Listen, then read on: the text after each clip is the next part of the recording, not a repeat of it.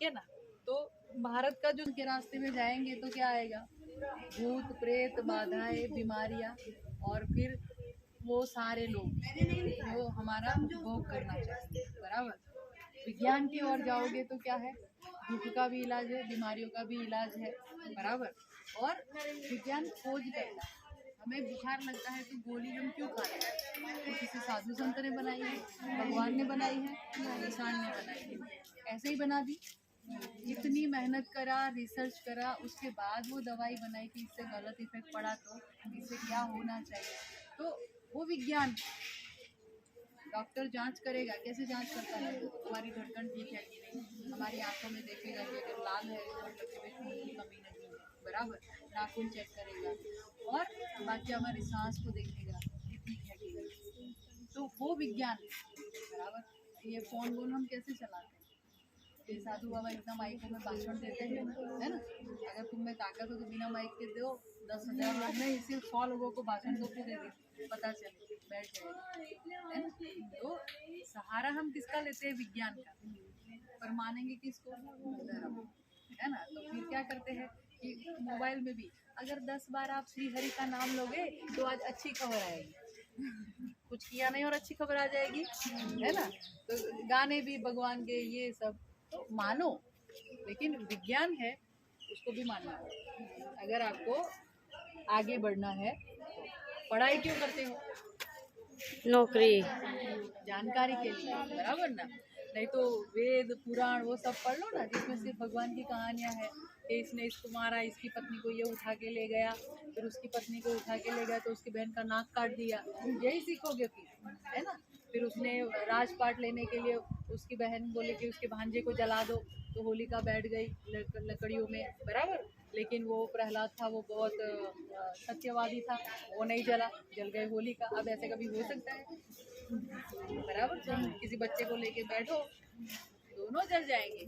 लेकिन कहानियों के माध्यम से ऐसे बनाया कि औरतें ऐसी हो, वही औरत राजपाट, राज का पूरा वहीवट तो राजा लोग करते हैं, है ना।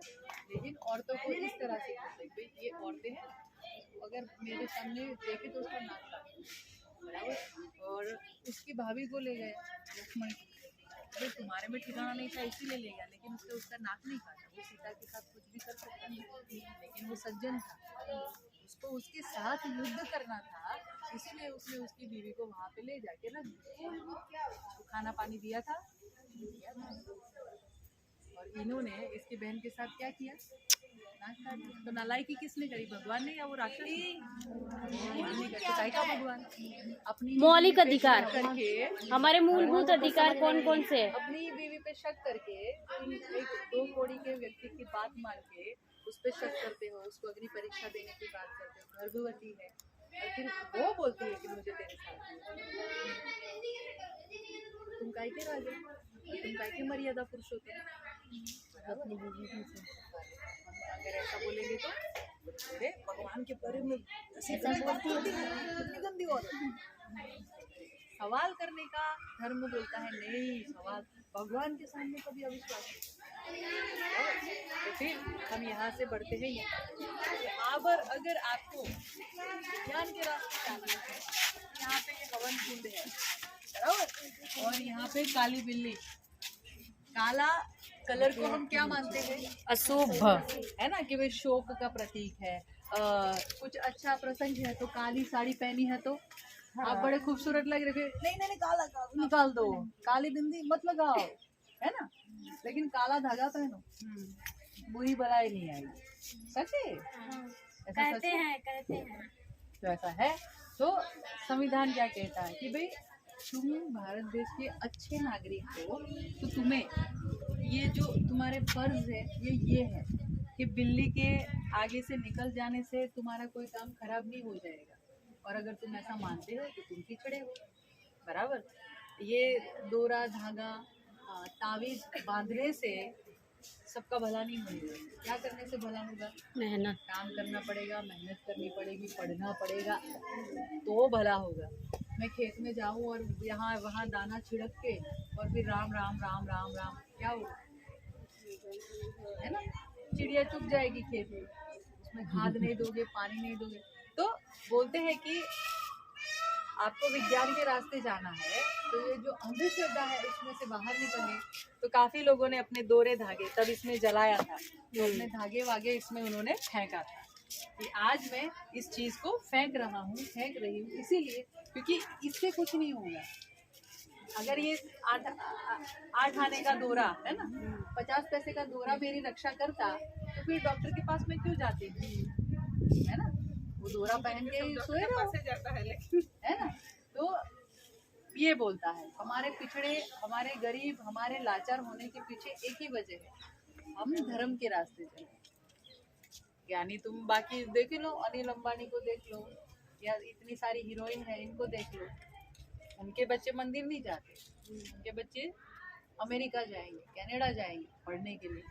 हमारे बच्चों को धजा पकड़ा देंगे पॉलिटिशियन 100-100 रुपए में, चलो चलो मुसलमानों को मारना। पढ़े लिखे नहीं है, समझ नहीं है, इसलिए फिर कावड़िया बन के निकल पड़ेंगे, लोगों की गालियां खाएंगे, भीख में जो खाना मिला वो खाएंगे, उसमें कोई इज्जत है। तो ये सब सोचना बराबर। आगे बढ़ते हैं। यहाँ कांटा है, फल देखना।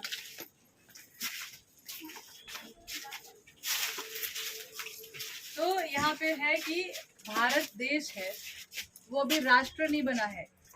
राष्ट्र कब बनता है, जब सभी लोग जो समानता, स्वतंत्रता, बंधुता और सबको न्याय मिले, सबको बराबरी का दर्जा मिले, तब जाके राष्ट्र बनता है।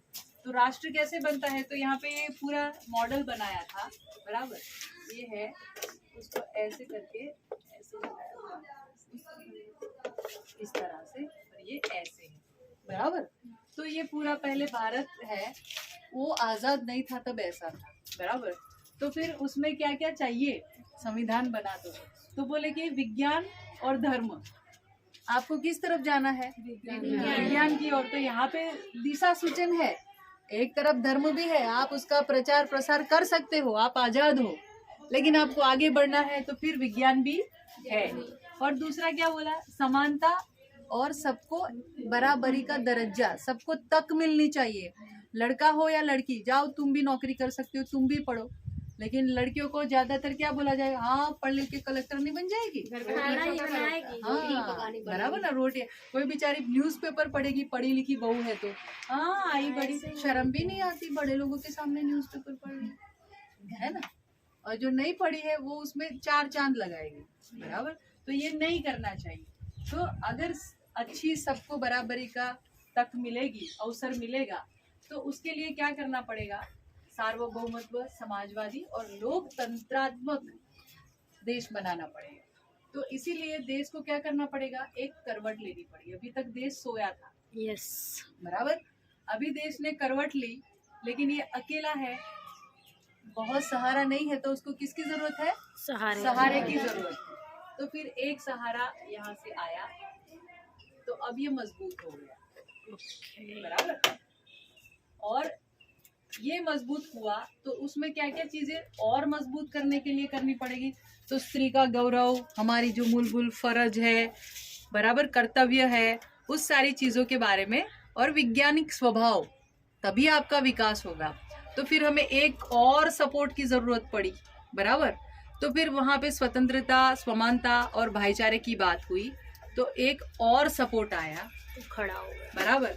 तो तब जाके ये पूरा बनेगा देश।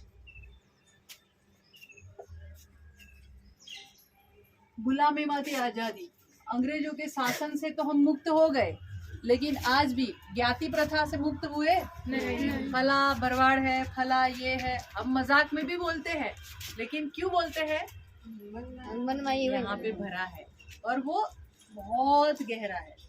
तो इसीलिए उसको जाने के लिए आपको हर एक को खुद को सवाल करना पड़ेगा, तब जाके अपना भविष्य है वो बदलेगा बराबर। तो ये उसका है पूरा ढांचा। अब आगे बढ़ेंगे।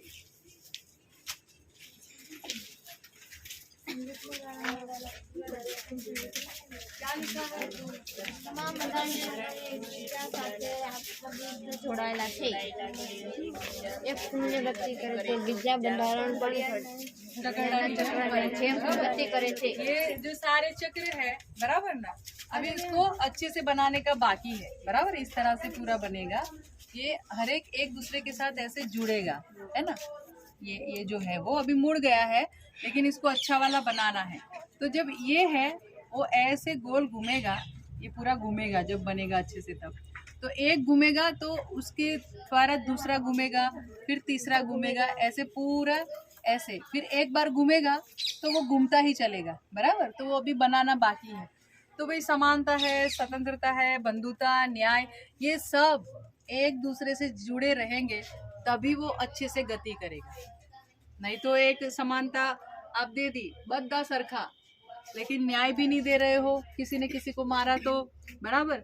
यहाँ पे अवसर नहीं दे रहे हो, यानी कि स्कूल में जाना है, मुझे पढ़ना लिखना है, नहीं नहीं नहीं वो नहीं करना है, तो फिर समानता काय की, है ना. तो ये सारे चक्र साथ में चलेंगे तो फिर देश अच्छे से चलेगी. ठीक है, आगे बढ़ेंगे. ભારતના બંધારણના કેન્દ્રમાં કોણ છે? લોકો. तो बराबर ये हमारे भारत का बंधारण है. और भारत देश में किस तरह से है, तो धर्म के उससे देखें तो कौन कौन से धर्म है? हिंदू, सिख, ईसाई, मुस्लिम, है ना, जैन, अन्य. बराबर ना. तो ये धार्मिकता के तौर पे लोग रहते हैं. बराबर. फिर उसी में अगर नौकरी धंधे से देखें तो क्या क्या है आमदनी के लिए, कि धंधे वाले लोग हैं, छोटे मजदूर है, फिर कॉन्ट्रैक्ट पे मजदूरी करने वाले, दिहाड़ी मजदूरी वाले, बेरोजगार है, और छोटे दुकानदार है.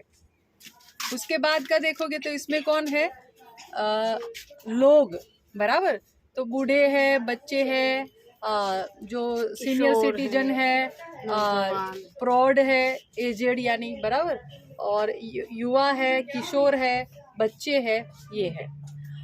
और अगर छोटे लोग, जिसको अल्पसंख्यक बोलेंगे, जिसमें दलित आ जाएंगे, ओबीसी आ जाएंगे, महिलाएं आ जाएंगी. बराबर. ये सब आएंगे.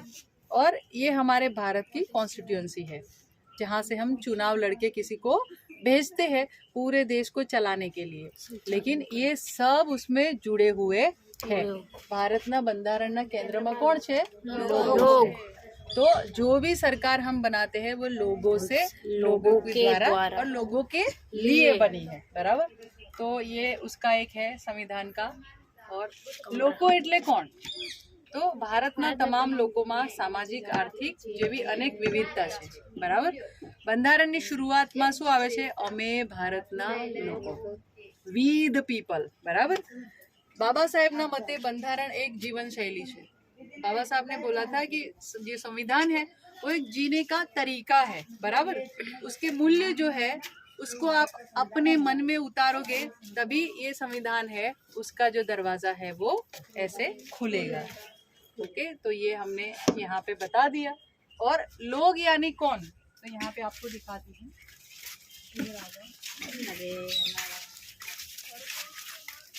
તમામ લોકોને જિંદગી જીવવાનો અધિકાર, પણ કેવી?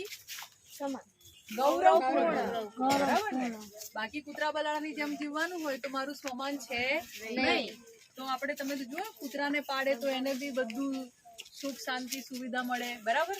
આપણે ઢોર ઢાંખર રાખીએ તો એને પણ કેટલા શાંતિથી સાચવીને એનું ઘર હોય, એને બાંધવાની જગ્યા હોય. તો भारत के संविधान में लिखा गया है कि भारत में विभिन्न प्रकार के लोग हैं, भिन्न भिन्न प्रकार के लोग हैं, अलग अलग जाति के, अलग अलग धर्म के, समुदाय के, रीत रिवाजों वाले लोग हैं. लेकिन हम इंसानों को रखेंगे तो बच्चों के दिमाग में फिर से जातिवाद आएगा, है ना. कि भाई हिंदू है तो हम तिलक लगाएंगे, लोगों को कैसे पहचान कराए. मुसलमान है तो उसको टोपी लगवाएंगे. बराबर. क्रिश्चियन है तो उसको क्रॉस लगवा देंगे. तो हम बच्चों के अंदर क्या डालना नहीं चाहते? भेदभाव एक दूसरे के प्रति. तो हमने क्या किया कि कुदरत ने ऐसे सबको बनाया, अलग अलग. बराबर. तो मोर है, शेर भी है, बाघ भी है, खरगोश भी है, बतख भी है, कुत्ता भी है, घोड़ा भी है, हाथी भी है, यानी कि भिन्न भिन्न प्रकार के लोग हैं। उसी तरह हमारे देश में सबकी संस्कृति अलग है, सबकी भाषा अलग है, सबकी बोली अलग है, सबका रंग अलग है, पुरुष है और स्त्री है, लेकिन फिर भी सबको जिंदगी जीने का किस तरह से वो अधिकार है। और वो जो सारा जो चक्र है, एक दूसरे को परेशानी न हो, औरतों को खुलेआम बलात्कार करा जाता है, मार दिया जाता है। अगर मुसलमान है, अगर वो मटन लेके जा रहा है तो वो गाय का है या भैंस का पता भी नहीं, तुमने कभी जिंदगी में खाया नहीं तो तुम्हें कहाँ पता कि ये गाय का है कि भैंस का। लेकिन धर्म के प्रति कट्टरता लाके हम बोलते हैं कि मारो, और पूरा टोला किसी को मार डालता है। तो क्या बोला, जो पर्यावरण है उसकी सुरक्षा वो भी सबका फर्ज है। यानी कि भारत में जितना पण प्रकार के लोग रहते हैं उन सब का सुरक्षा करना हम सबका अधिकार है। अगर मेरे पड़ोस में कोई किसी को मार रहा है, बराबर वो महिला हो या पुरुष, मेरा फर्ज क्या बनता है, उसे बचाना है। या फिर मैं भी जाके मेरा बचाने का अधिकार है तो वो करना चाहिए। फिर वहां पे लिखा है आजादी ना 75 वर्ष बाद आजे पण औरत सरपंच के रूप में चुनी जाती है, लेकिन उसका पूरा वहीवट कौन करता है, उसका पति। और भारत का जो ये बंधारण पूरा बन रहा था उस समय 75 साल पहले 1947 में महिलाएं उस बंधारण सभा में चर्चा करने के लिए जाती थी, अपने पतियों को साथ नहीं ले जाती थी। तो हमें सोचना है, भविष्य में आप उसी गांव की सरपंच बन गई या मेंबर बन गई, वार्ड मेंबर बन गई, डेलीगेट बन गई, या फिर कोई सीएम वीएम का पद ले लिया, तो क्या आप अपना जो अधिकार मिला है संविधान की वजह से वो अपने जो पीछे वाले हैं उनको दोगे या खुद चलाओगे? खुद चलाएंगे, बराबर। तो वो भी एक सवाल हमने यहाँ पे रखा है। तो आज के दिन के लिए मैं सोचती हूँ इतना ही काफी है, क्योंकि बहुत सारा खाना मिले सारा खा जाए और फिर उसको पचाने के लिए टाइम चाहिए ना, नहीं तो क्या होगा, निकल जाएगा, उल्टी हो जाएगी, बराबर। तो हमें आपको जो भी बताया आज उसकी चर्चा करना है। जितना याद रहा उसको लिख लो, जितना समझ में आया वो भी लिखो, और जो समझ में ना आया तो उसको सवाल के रूप में रखना, तो कभी भी आप प्रार्थना में पूछ सकते हैं। ठीक है, तो थैंक यू, आपने मुझे झेला उसके लिए।